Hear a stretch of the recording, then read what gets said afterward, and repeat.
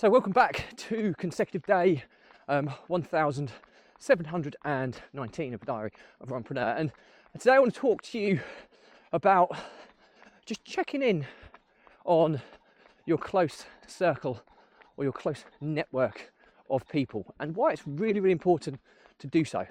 But before we get started and into the topic at hand, please don't forget this is part of a fundraiser of saving the lives of children by attempting the ultimate ultramarathon of run vlogging on consecutive days, a distance of a lap of the world, barefoot style. And more people we get in front of, more money we raise, more children's lives we save, which is why I do this every single day. So back to the topic at hand, checking in on your kind of inner circle of friends and kind of colleagues and people like that. I'm not predominantly talking about family members, because you should probably be doing that regardless. But reason for the episode today is that life is challenging. I know I've spoken a lot about this of late, but it just seems, myself included, that a lot of people I'm kind of speaking to at the moment, a lot of people I know, a lot of friends and things, are going through hard times for a wide-ranging, various different levels and different reasons. However, it's all relative and it's all real. And the point I'm making is that I've made a bit more of a conscious effort of late to check in with people who I see the telltale signs of things that are probably going wrong, or, you know, one of the key ones is when people start distancing themselves. That is usually a really obvious one that somebody's struggling. And I've just been more aware of this lately, and just sending a text or a voice note or a little message, just checking in, how are you? Haven't seen you for ages, it'd be good to catch up.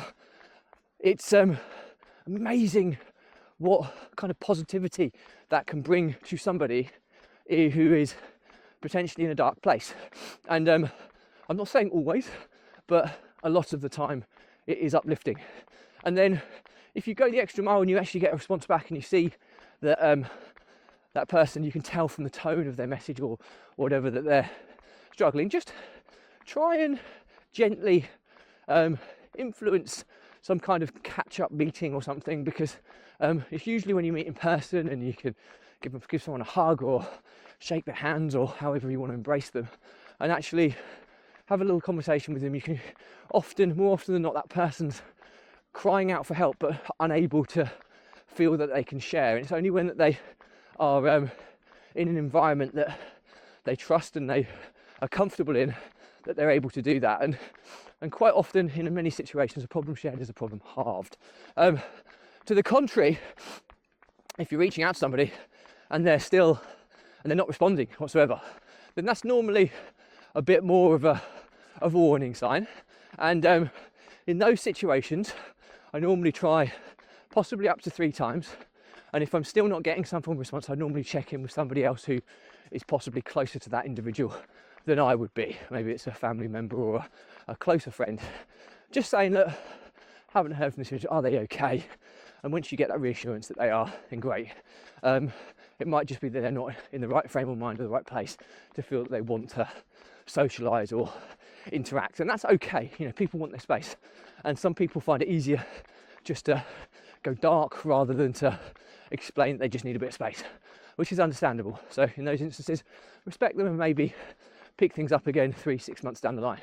I think this is really important because I've done this on a couple of occasions, and I'm not saying that but who knows what difference I would have made to these people. But I have done it on a couple of occasions, and the results to me have been very reassuring. And I'm not saying it's anything to do with my feeling and thoughts, but it's knowing that, you know, you didn't not see an issue with somebody. You were aware, you were socially aware of the situation, and you did something good to care about somebody else, which I think is a really, really important part.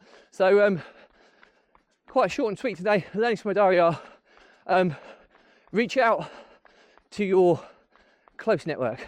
I'm not saying extended network, because if you've got an extended network that's big, it's going to be very difficult for you to do so. But if you have a network or a smaller network of people who are close to you in some capacity, not potentially your family, because you should be doing this anyway with your family, but friends, colleagues, acquaintances, just reach out to them and check that they're okay from time to time. Certainly if you haven't heard from people for a while, because you never know what people are going through, and you never know what difference somebody checking in on somebody can really have.